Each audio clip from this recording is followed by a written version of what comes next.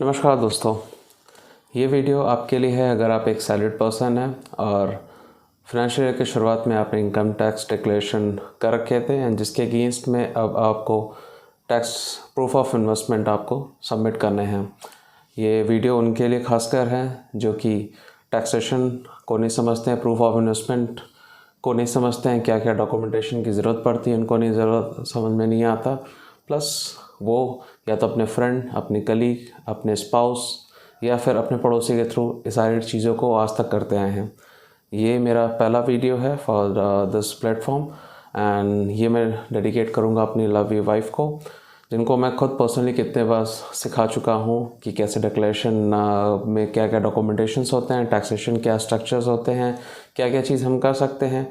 And I am sure ये video देखने के बाद भी वो भी बहुत कुछ सीखेंगी and I am sure she will love it. चलिए हम आगे बढ़ते हैं इस वीडियो में एंड इस वीडियो को पूरा आखिर तक आप देखिएगा एंड अगर आपको पसंद आए तो आप इसको लाइक करिए, शेयर करिए एंड चैनल को सब्सक्राइब करना ना भूलें। चलिए आगे बढ़ते हैं।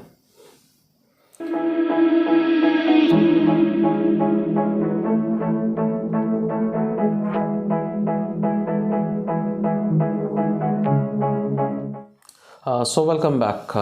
इस वीडियो में हम पूरी चीज़ें जानते हैं इनकम टैक्स डिक्लेरेशन में क्या क्या डॉक्यूमेंटेशन एंड क्या क्या सेक्शंस होते हैं जिसमें हम क्या क्या सबमिशन कर सकते हैं। इस सीरीज़ के कंटिन्यूएशन में मैं एक दूसरी वीडियो कंप्लीट बनाऊंगा जिसमें आपको हर टैक्सेशन के सेक्शंस प्लस उसके बेनिफिट्स मैक्सिमाइज़ कैसे कर सकें एंड इन्वेस्टमेंट किस तरह से आप कर सकें और डिटेल सेक्शन में आपको दूसरे वीडियो में समझाऊंगा। इसमें सिर्फ हम प्रूफ ऑफ इन्वेस्टमेंट की बातें करेंगे। तो उस सीरीज़ में सबसे पहले कंटिन्यू करते हुए आपको जानना ज़रूरी है, सबसे पहले HRA अंडर सेक्शन 10 ये सब क्या होते हैं। HRA में सबसे पहले आपको ये जानना पड़ेगा कि 1 lakh that is 8,333 rupees per month, ये अमाउंट से ज़्यादा अगर आप मंथली पेमेंट आप करते हैं लैंडलॉर्ड को तो उसके लिए आपको उनका पैन कार्ड की ज़रूरत पड़ेगी।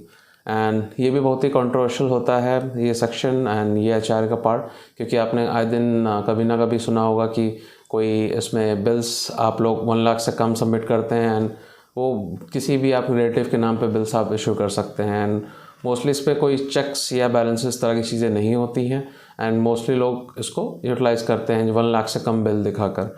तो जिसको भी उसको बेनिफिट चाहिए 1 लाख से ऊपर अगर आप इनकम आपका दिखा रहे हैं कि 1 लाख से ऊपर आपने लैंडलॉर्ड को पे किया है तो आपको उनका पैन कार्ड सबमिट करने की ज़रूरत है। कुछ कंपनीज़ में आपको रेंट एग्रीमेंट भी सबमिट करने की ज़रूरत पड़ सकती है एंड साथ ही साथ आपको रेंट रिसिप्ट पोस्टल स्टैम्प के साथ 1 रुपीज़ का पोस्टल स्टैम्प के साथ सबमिट करना पड़ सकता है। सो ये ऑल डिपेंड्स है कि आपकी ऑर्गेनाइजेशन में क्या चीज़ें एक्सेप्टेबल होती हैं। तो कुछ बेसिक्स हैं वो आपको चेक करना पड़ेगा अपने HR टीम से एंड अगर आप 1 lakh per annum that is 8,333 rupees से कम अगर आप कर रहे हैं तो मोस्टली कंपनी सिर्फ रेंट रिसिप्ट पे ही अलाउ कर देती हैं, आपका एग्जम्पशन दे देती हैं एंड बेसिकली ये जो आपका HRA है वो आपकी मेन ग्रॉस सैलरी से डिडक्ट हो जाता है एंड नॉन टैक्सेबल इनकम में चला जाता है ये। एंड इसके अलावा HRA के अलावा इसमें बहुत सारी चीज़ें आप इसमें और एग्जम्पशंस ले सकते हैं, लाइक ट्रांसपोर्ट अलाउंसेस या फिर आपकी कोई एंटरटेनमेंट अलाउंसेस, आपके कोई और भी इस तरह के जैसे आपके मेडिकल अलाउंसेस हो गए हैं, फ्यूल अलाउंसेस हो गए, जितने भी तरह के अलाउंसेस आपके एम्प्लॉयर आपको प्रोवाइड कराते हैं। बेसिकली उनका पर्पज़ यही होता है आपके टैक्सेबल इनकम को कम करना। तो आप यहाँ से मैक्सिमम बेनिफिट्स आप ले सकते हैं। उनके केस में आपको बिल्स सबमिट करने पड़ेंगे mostly. Now coming to after this part section of आपकी अंडर सेक्शन 24 की बात करते हैं। अंडर सेक्शन 24 बेसिकली जो होता है आपके जो आपने इंटरेस्ट पेड कर रखा है हाउस होम लोन पे, आप रेंट आउट पे कर रखा है, आपने लेट आउट कर रखा है या फिर सेल्फ ऑक्यूपाइड कर रखा है, तो उसके जो इंटरेस्ट पार्ट होता है आप उसमें इस पर एजम्पशंस आप ले सकते हैं। ये अंडर सेक्शन 24 में आप पे कवर होते हैं। सो अगर आपने होम लोन ले रखा है एंड आप इंटरेस्ट के अमाउंट को एजम्पशंस ले सकते हैं तो आप प्रूफ ऑफ इन्वेस्टमेंट में आप उनके स्टेटमेंट, लोन स्टेटमेंट्स को आप इसमें सबमिट करके एजम्पशन आप आसानी से ले सकते हैं। Now coming to the maximise part of this, इसमें आपका ATC आता है। ATC में आप टोटल एग्जम्पशन 1.5 लाख तक का आप ले सकते हैं। ATC में बेसिकली आपको आपके ELSS, म्यूचुअल फंड्स, आपके इसके अलावा पेंशन स्कीम्स या फिर बहुत सारी चीज़ें आप इसमें भी कवर अप कर सकते हैं। बेसिकली आप इस तरह समझिए कि एटीसी में आपका सबसे बेसिक चीज़ होता है वो होता है पीएफ अमाउंट। पीएफ अमाउंट जो भी आपके कंपनी ने आपसे डिडक्ट कर रखा है, आप उसको भी इसी में एजम्पशंस बाय डिफ़ॉल्ट कंपनीज दे देती हैं। कुछ कंपनी मिनिमम पीएफ ऑप्ट होता है 1800 का, कुछ 12% ऑफ द बेसिक ऑप्ट करते हैं। So based on that employer side and employ side दोनों इसमें ही कवर हो जाते हैं एटीसी के अंदर। एंड ऑब्वियसली अगर आपकी सैलरी अच्छी है तो मोस्ट ऑफ द 1.5 लाख का जो लिमिट एजम्पशन है आपको पीएफ से ही मिल जाता है। फिर अगर इसके बाद भी अगर आपने और इन्वेस्टमेंट कर रखा है, लाइक कोई एनएससी बॉन्ड्स में कर रखा है, आपने कोई ईएलएसएस स्कीम्स ले रखा है, इक्विटी लिंक सेविंग स्कीम्स ले रखे हैं जिसमें 3 साल का लॉक इन पीरियड होता है, कोई आपने म्यूचुअल फंड इस तरह के ले रखे हैं जो ईएलएसएस के अंडर में आते हैं, सो आप इसमें वो सारी चीज़ों को सबमिट कर सकते हैं। आपको कैसे मिलेगा, तो आप अपने ब्रोकर को कॉल कर सकते हैं, अपने मेल्स भेज सकते हैं उनको, एंड उसके जो भी आपको स्टेटमेंट्स मिलते हैं आप उनको ईएलएसएस के अंडर में आप उसको अपलोड कर सकते हैं अपने पोर्टल पे कंपनी के, एंड आपको इस पर एजम्पशन मिल जाएगा बेसिक। और इसके बाद जो मोस्ट इम्पॉर्टेंट एक पार्ट आता है जो पर्सनली मैंने भी कर रखा है, that is ATCCD, that is 1B section में आता है। ये आपके NPS बेसिकली कहते हैं, नेशनल पेंशन स्कीम। इसमें अटल शेविंग स्कीम भी, पेंशन योजना भी आती है इसमें। सो आप दोनों चीज़ को भी जहाँ पे एक्सटर्नल आपके 1.5 लाख के लिमिट से ऊपर अगर आपको और एग्जम्पशन चाहिए तो आप नेशनल पेंशन स्कीम को ऑप्ट कर सकते हैं। इसका मैक्सिमम लिमिट 50,000 रुपीज़ है। सो अगर आपने एग्जॉस्ट कर चुके हैं ATC के 1.5 लाख के लिमिट को तो आप इसमें पेंशन स्कीम आप ले सकते हैं जो कि ऑब्वियसली आपको रिटायरमेंट के बाद मिलेगा, तो आप इसमें भी आप ऑप्ट कर सकते हैं। Then comes the next part की ATE, जो एक बहुत ही इंटरेस्टिंग थिंग है, आप कह सकते हैं ज़रूरत की थिंग है, जो कि आप अगर आपने रिसेंटली जॉब स्टार्ट करा है तो एंड या फिर आपने अभी कोई हायर एजुकेशंस के लिए आप जा रहे हैं तो आपको अंडर सेक्शन 8E में interest on the education loan, ये आपको एक चीज़ बड़ी इंपॉर्टेंट चीज़ मिलती है, आप इसके थ्रू भी एजम्पशंस आप ले सकते हैं। एंड एक और बहुत ही एक अच्छी एजम्पशन जो रिसेंटली अभी अनाउंस किया गया था, इट इज़ ATEEB। ये हमारा बेसिकली होता है जब भी आपने कोई इलेक्ट्रिक व्हीकल ले रखा है लोन पे, आप उसके जो इंटरेस्ट अमाउंट है आप उसको एज एजम्पशन आप क्लेम कर सकते हैं अंडर ATEEB में।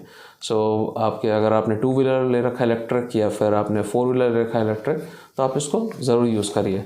कंडीशन कि आपका जो इंटरेस्ट पीरियड है वो इस फाइनेंशियल ईयर का ही होना चाहिए, करंट फाइनेंशियल ईयर का होना चाहिए।